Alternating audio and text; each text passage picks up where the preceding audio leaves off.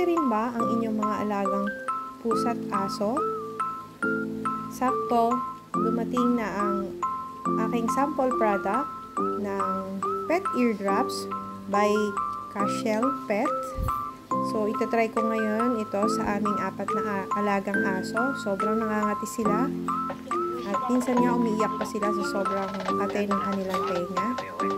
Ayan. 3 to 4 drops ang ina-apply namin sa kanila twice a day para mas effective.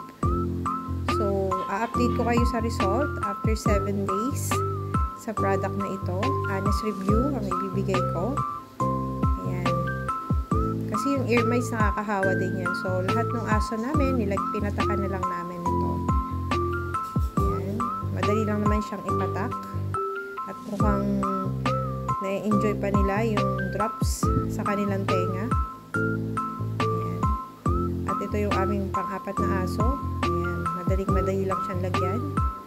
And sinama na rin namin ang aming makulit na pusa. Ayan. Nangangati rin kasi yung tenga niya. Ayan. Okay. Nalagyan na namin siya.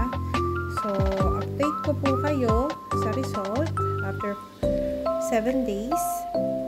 Ayan. Honest review para sa product na ito. Please